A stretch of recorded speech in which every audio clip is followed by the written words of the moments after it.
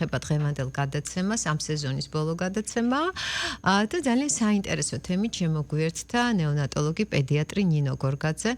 ნინო, მოგესალმები, დიდი მადლობა რომ ჩვენთან ერთად ხართ და რაც შეეხება თემას ზაფხული და ბავშვები და დღეს ჩვენ მოვისმენთ ძალიან საინტერესო რეკომენდაციებს რჩევებს პედიატრისგან, იქიდან გამომდინარე რომ მნიშვნელოვანია ზაფხულის პერიოდში, რა თქმა უნდა, არა მარტო ზაფხულის, თუმცა ის რომ ვიზრუნოთ ჩვენი ბავშვების ჯანმრთელობაზე, იქიდან გამომდინარე რომ ზაფხულსაც გააჩნია თავისი რისკ ფაქტორები.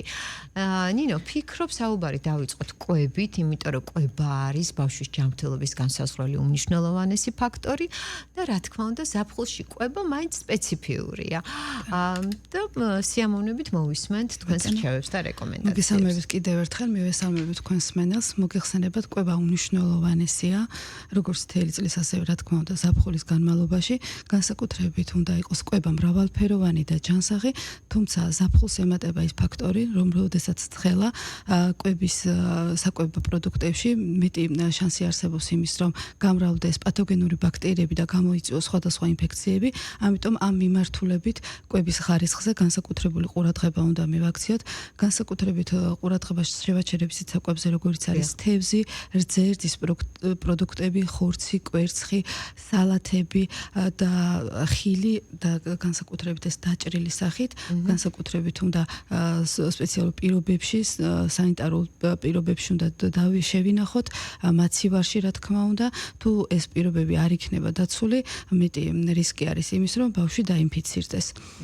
რაც შეეხება კვებას, რა თქმა უნდა, გამდიდრებული უნდა იყოს და ზაფხულში გვაქვს ამის მეტი საშუალება ხილი, ბოსტნეული, მეტი აქცენტი უნდა გავაკეთოთ ამაზე და რა თქმა უნდა, უნდა ჩავრთოთ სხვა მნიშვნელოვანი პროდუქტები, როგორიც არის ცილები, ცხიმები, ნახშირწყლებით მდიდარი საკვები, მიკროელემენტები და ვიტამინებით გამდიდრებული საკვები, მაგრამ უნდა მოხდეს სრული სანიტარული წესების დაცვით. აუცილებელია და მით უმეტეს, როდესაც საუბრობთ თევზეულზე, კიდევ მინდა რომ ჩაგეკითხოთ ეს მითია თუ რეალობა, რომ ზაფხულში თევზის მიღება არ შეიძლება. ეს არის და თუ შეიძლება, მაშინ რას უნდა რა თქმა უნდა, ყურადღება? ეს არის მითი, შეიძლება რა თქმა უნდა თევზი უნდა მიირთვას ბავშვმაც და მოზრდილმაც, მაგრამ უნდა იყოს შესაბამის პირობებში შენახული.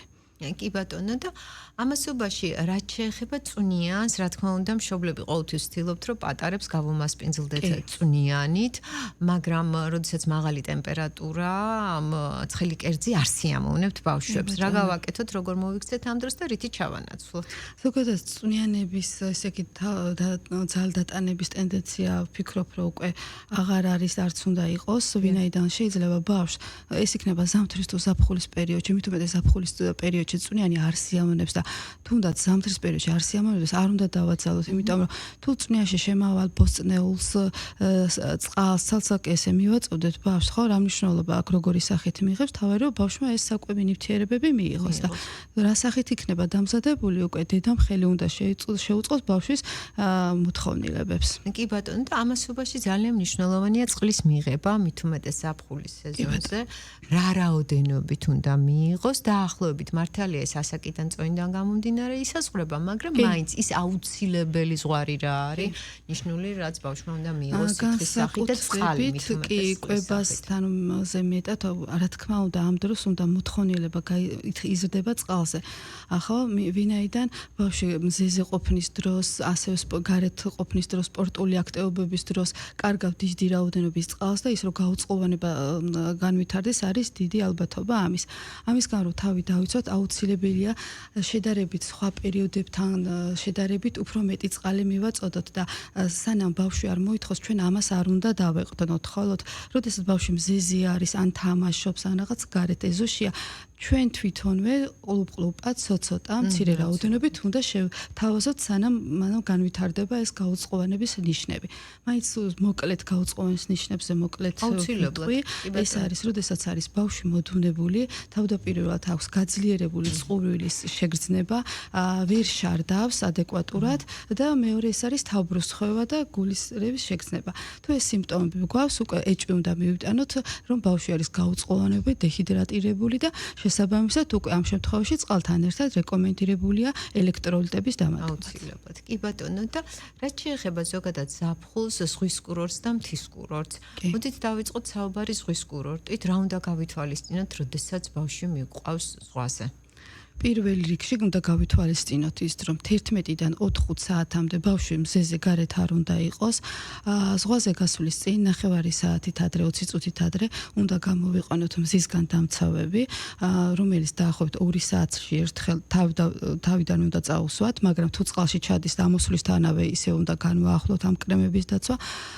მაღალი SPF-ით არის სასურველი 30 მზე მეტი, 50 ბავშვებში უფრო სასურველია, რომ მზის დაკვირისგან, მზის დამწვრობისგან იქნეს დაცული ბავშვი და სწორედ ამ პერიოდში მზეზე პლაჟზე ყოფნის დროს, სანაპიროზე ყოფნის დროს აუცილებელია აქაც მუდმივად წყლის მიწოდება. კი ბატონო და ზოგადად როდესაც ვსაუბრობთ აკლიმატიზაციაზე, ანუ ზღვის პირობებში რამდენი დღე უნდა გავითვალისწინოთ ამისთვის და ანუ როგორ უნდა მოხდეს პატარა წყალში ჩაყვანა, ანუ ეტაპ-ეტაპ დასველების მეთოდით თუ შეიძლება რომ პირდაპირ შევიყვანოთ. ნუ აქ ასაკიც გასათვალისწინებელია, მაგრამ რა მცირე ასაკის ბავშვები 10 წუთი და 15 წუთი და ნელ-ნელა დროს გავზრდით ბავშვის მდგომარეობის და ასაკის შესაბამისად. კი ბატონო და ბავშვებს უყვართ სანაპიროზე კვება. კი, ეს ძალიან ხშირად მშობლებიც ხან სიმინდით კვებენ, ხან არ ვიცი წაღებული აქვთ ტკბილეული. ანუ ამ შემთხვევაში რა უნდა გავითვალისწინოთ, იმიტომ რომ გარკვეულ შემთხვევებში კი არა ძალიან ხშირადაც ენტეროვირუსები ბრუნდებიან ბავშვების ნაწლავური ინფექციები. ნაწლავური ინფექციები. აი ამ მიმართულებითაც მინდა რომ ვისაუბროთ. კი. ანუ რაც უნდა დაიცვას მშობელმა ზუსტად ეს არის, რომ მაქსიმალურად უნდა მოვერიდოთ ბავშვი კვებოთ ზღვის სანაპიროზე, ხო? იმიტომ რომ დაიფიცირების მეტი ალბათობა არის. და თუ მაინდა-მაინც ახლა უნდა იკვება, რა თქმა უნდა, ბავშვს ექნება მოთხოვნილება საკვებზე, თერმოჩანთები შეიძლება მშობელმა გამოიყენოს, თერმოჩანთებით უფრო დაცული იქნება ეს საკვები და ამის საშუალებით თვითონ ეს სანაპიროზე როგორც არის, ესე იყიდება ეს საკვები და რაღაცა ჩვენ არ ვიცით მისი მდგომარეობა, ხო, როგორ სანიტარო პირობებში მუშავდება და ის და რა თქმა უნდა ამას უნდა მოერიდონ. კი ბატონო და ჰიგიენური ნორმების დაცვა არის ერთ-ერთი საუკეთესო პრევენცია და რაც შეეხება ზოგადად მოდი ესე ვთქვათ მთის კურორტებს, როდესაც ბავშვი მიყვავს ტყეში და რა თქმა უნდა ტყე გაჯერებულია ჟანგბადით და ეს არის საუკეთესო ადგილი, თუმცა ტყეში არიან სხვადასხვა სახის ტკიპები იქნება, ნუ შეიძლება ქვეწარმავალიც იყოს, როგორ მოვიქცეთ, როგორ დავიცვათ პატარები იმისგან რომ თუნდაც რომელიმე მწერმა არ უკბინოს. კი. ნუ ამ შემთხვევაში, როდესაც ბავშვი ბუნებაში გაყვას, მაქსიმალურად უნდა მოვირიდოთ, რომ მაღალ ბალახებში და ესეთი ხშირი ბუჩქი ადგილებში გავიყვანოთ, ხო? მაგრამ რა თქმა უნდა, მიყვავს ტყეში, იმიტომ რომ იყოს ჰაერზე და იყოს გარეთ. ამიტომ უნდა დავიცვათ ესეთი რეკომენდაციები, როგორიც არის გრძელსახელოვებიანი ტანსაცმელი, ღია ფერის ტანსაცმელი აუცილებლად, გრძელი შარვალი, რომელიც წინდებში უფრო ან ესეთი ჩატანილი იქნება და დაცული იქნება ბავშვი უფრო დის გამოყენება საჭიროების შემთხვევაში სათვალეს ვიყენებთ როგორც ზღვის სანაპიროზე ასევე ბუნებაში ეს როგორც საჭიროება მოითხოვს ამას და აუცილებელი არის კიდევ რეპარანტები ანუ მწერისგან დამცავი კრემების გამოყენებაც შეიძლება ის გამოვიყენოთ ასევე ტანსაცმელზეც წაუსვათ ან ისეთ ადგილებში რომელიც არ არის დაფარული ტანსაცმელით და ღიაა ახლა თუმცა აქ უნდა გავითვალისწინოთ რომ ასეთი კრემები მწერისგან დამცავი კრემები ორ თვემდე არ გამოიყენება და ძირითადად უნდა ვერიდოთ 2 თვიდან 3 წლამდე ევკალიპტზე დამზადებული ზეთების გამოყენება და 3 წლის შემდეგ უკვე თავისუფლად შეგვიძლია გამოვიყენოთ თუ ნამდვილად ვიცით რომ ბავშვს ევკალიპტზე დაუშვათ ალერგია არ აქვს. კი ბატონო და აი ალერგია ახსენეთ და ესეც ძალიან მნიშვნელოვანია იმიტომ რომ არის ხოლმე რომ დავუშვათ გარკვეულ მცენარეზე აქვს ბავშვს ალერგია ხო ესეც უნდა გავითვალისწინოთ და ჩვენს აფთიაქში რა უნდა გქონდეს აუცილებლად თუ დავინახეთ რომ თუნდაც ნაკბენისგან არის ხოლმე ისეთი სახის მწერები რომ აი შეშუპებას იწვევს ნუ სანამ დავუშვათ მივალთ ექიმამდე რა გავაკეთოთ რა ზომებს მივმართოთ ძირითადად მშობლები თავდაპირველად წაყვანამდეც ინფორმირებული არიან ბავშვის ჯანმრთელობის მდგომარეობის შესახებ, ის თუ არა ბავშვი ალერგიული და უკვე მომზადებული მიდიან იმით, რომ აქვთ ანტიალერგიული, ანუ ანტიჰისტამინური საშუალებები, თუ მწერის ნაკბენის შედეგად განვითარდა ალერგია, ალერგიაში არ იგულისხმება უბრალოდ ნაჩხლეტი, მწერის ნაჩხლეტი, იგულისხმება გარშემო მკვეთრად შეშუპებული უბანი, სუბიექტურად არის ქავილი შეგრძნება და როდესაც არის იმის ალბათობა, რომ ეს ალერგია შეიძლება უფრო შორს წავიდეს და განვითარდეს ეგრეთ წოდებული ჭინჭრის ძიება, ურტიკარია. ამ შემთხვევაში, რა თქმა უნდა, თავიდანვე რეკომენდირებული არის, რომ მივცეთ ანტიჰისტამინური პრეპარატები, სითხეები, რა თქმა უნდა, ადგილობრივად ცივი კომპრესები. კი ბატონო, და რაც შეეხება ტკიპებს. კი.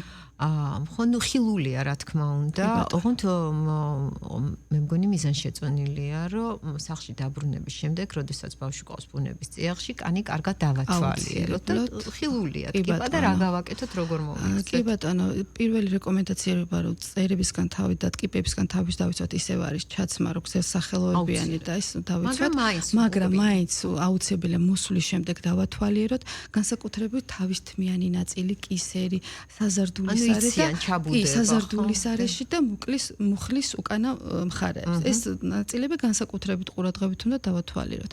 თუ შევნიშნეთ, რომ არის ტკიპა, ისე რომ არ გავსრისოთ და მას ვქნათ, პინცეტით უნდა მოვახდინოთ ამოყვანა. თუ მშობელი ამას ვერ ახერხებს, კლინიკაში წაიყვანს და ამას ექიმი განახორციელებს. მაგრამ იმის მერე რაც ამოიყვანს, ხომ მაინც აუცილებელია, რომ მშობელი იმ ადგილას დააკვირდეს, ხომ არ წამოვა გამონაყარი 2-3 კვირაში, ხომ არ იქნება ტემპერატურა, იმიტომ რომ შეიძლება რაღაცა ნარჩენი დარჩეს, რომელიც ხილული არ იყოს და შესაბამის დაინფიცირება მოხდეს ბავშვის და ამიტომ 2-3 კვირაში მაინც ყურადღებით უნდა იყოს, რომ ეს სიმპტომები არ გამოგვეპაროს. კი ბატონო, და ამაზეც უნდა კითხოთ, რაც შეეხება გველის ნაკბენს. კი ბატონო, რა თქმა უნდა, ამ შემთხვევაში პირველი დახმარება არის ახლო კლინიკაში, რაც არის ახლომდებარე კლინიკაში გადაყვანა. კი ბატონო. და ნახეთ ზოგადად რაც შეეხება ზაფხულის რუტინას, რა თქმა უნდა, ეს ყველა რეკომენდაცია და რჩევა გასათვალისწინებელია. ჩვენ საინტერესო მიმართულებებით ჩავშალეთ, თუმცა ერთ-ერთი უმნიშვნელოვანესი არის რეჟიმი. იქიდან გამომდინარე, რომ ზაფხულია და ბავშვებიც ისვენებენ და რა თქმა უნდა, რეჟიმი ირღვევა. ძილის ფაზა იქნება, სკვება იქნება, თუ ასე შემდეგ და შემდეგ, როდესაც უკვე იწყება სეზონი, ბავშვები უკვე აქტიურად ჩაებმებიან ისევ თავის ჩვეულებრივ რუტინაში, უჭირთ ხოლმე დიახ, აი ისე იმ რეჟიმში დაბრუნება. როგორ ვაკონტროლოთ, რა გავაკეთოთ და ძილის ფაზაზეც მინდა აქცენტი გავაკეთოთ, იმიტომ რომ ძილი არის ეს უნიშნელოვანესი.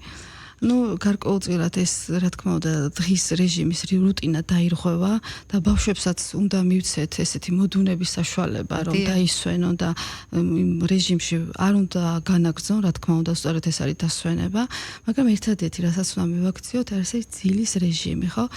11-10 საათიდან უნდა აუცილებლად რაღაცნაირად მოვახერხოთ, რომ არ იყვნენ ბავშვები ეკრანთან დამოკიდებული, ტელეფონთან დამოკიდებული, რომ ეს ძილის ფაზა არ დაირღვოს. თორე დღის მანძილზე, რა თქმა უნდა მივცეთ საშუალება, რომ ბავშვმა ისე დაისვენოს, როგორც მას სურს. დიახ, და რაც შეეხება ეკრან დამოკიდებულებას, ესეც არის ძალიან ისეთი ყველაზე მეტად არღვევს ძილის ფაზებს. დიახ, საგანგაშოს, არ მინდა ხა საგანგაშო დავაკეთოთ. უკვე კი ბატონო, ექიმები თვლით, რომ ეს არის საგანგაშო მდგომარეობა, იქიდან გამომდინარე, რომ გაჯეტებს არიან ბავშვები, ფაქტიურად 24 საათი თუ არა, ძალიან დიდი დრო მიჯაჭვულები.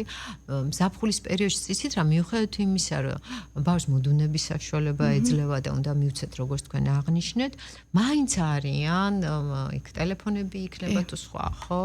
პლანშეტები მიჯაჭვულები.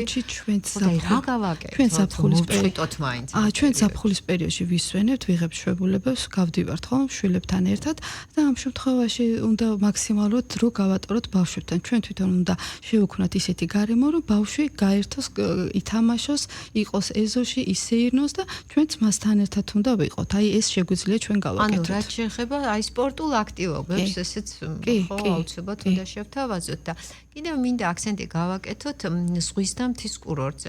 ხშირად მშობლები გვეკითხებიან, ჩვენც გვწერენ, რომ დავშვათ ზღვის კურორტზე წავიყვანო, მთის კურორტზე, სოფელში, აი ისეთ რამე ვფიქრობ, რომ სადაც ალბათ ბუნების სადაც წიაღში ეკოლოგიურად სუფთა გარემოა, ბავშვი არის კარგ პირობებში, არის ხო კომფორტულად, იქ უნდა წავიყვანოთ. არ აქვს მნიშვნელობა, ეს არის სოფელი, ზღვის სანაპირო თუ ტყეში, ბუნებაში გასვლა. და არ არის ხომ აუცილებელი, ანუ ზოგი მიიჩნევს, რომ აუცილებლად დავუშვათ მშობლო უნდა წავიყვანოს მთაშიც, უნდა წავიყვანოს ეს არის მითი.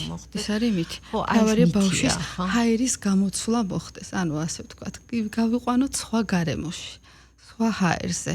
კი ბატონო, და ვისაც დავუშვათ რაღაც სიტუაციიდან გამომდინარე, ვერ გაყავს ბავშვი ქალაქიდან. აი, მათ რას ურჩევდით, როგორ გაატარონ ამ ბავშვებმა ზაფხული? თითქმის ახლა თბილისიდან გასვლას გულისხმობთ ვერ ახერხებთ, ჩვენ გვაქვს ბევრი სკვერი, რომელსაც დილას და საღამოს საათებში აბსოლუტურად არის შესაბამისი გარემო და პირობები, რომ ბავშვი გარეთ გავიყვანოთ. კი ბატონო, თავარია რომ ბავშვი იყოს სუფთა ჰაერზე. კიდევ რაც შეეხება ისევ რუტინას და დაბრუნებას ჩვეულ რუტინაში, ანუ როგორც თქვენ ამბობთ, მაინც პირველის ყოვლისა ძილის ფაზა. ძილის ფაზა ვაკონტროლოთ მეტნაკლებად, ეს უნდა შევძლოთ, მეც ვერ მოვთხოვთ.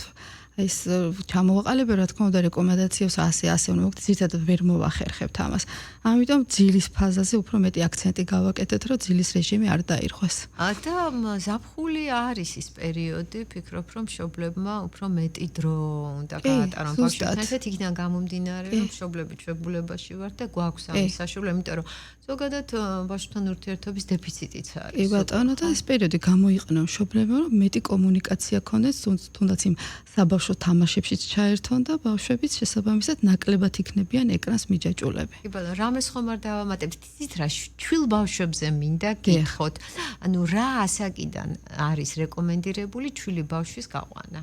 ნებისმიერი ასაკიდან. არ არის პრობლემა. არ არის პრობლემა. თუ ბავშვის ჯანმრთელობა ამის საფუძველს გვაძლევს. ეხლა თითქოს მითი იყო, რომ ადრე წლების წინ 3 თვემდე ბავშვის გაყვანა არ შეიძლება არსად ან სხვა ჰაერზე გაყვანა ბავშვის დაბადებიდან 10 დღის შემდეგ ყოველთვის შეიძლება. თავარია რომ ბავშვის მდგომარეობა ამის საშუალებას და მაინც ჩვილი ბავშვის დედამ რა უნდა გაითვალისწინოს.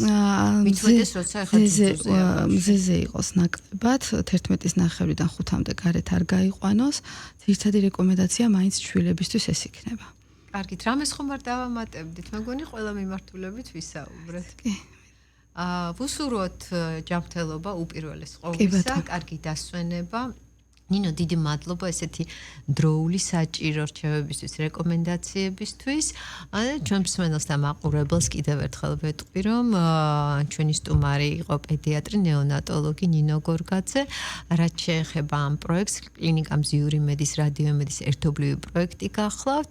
ძალიან დიდი მადლობა მინდა გადაუხადო კლინიკა მზიური მედს, ყველა ექიმს, რა თქმა უნდა, თქვენ ნინო, ესეთი წარმატებული თანამშრომლობისთვის. ჩვენ დროებით დავემშვიდობებით ჩვენს მაყურებელს მსმენელს და რა თქმა უნდა სექტემბრიდან კვლავ დაგიბრუნდებით გადაცემით ჯანმრთელი დილა. დიდი მადლობა დროებით.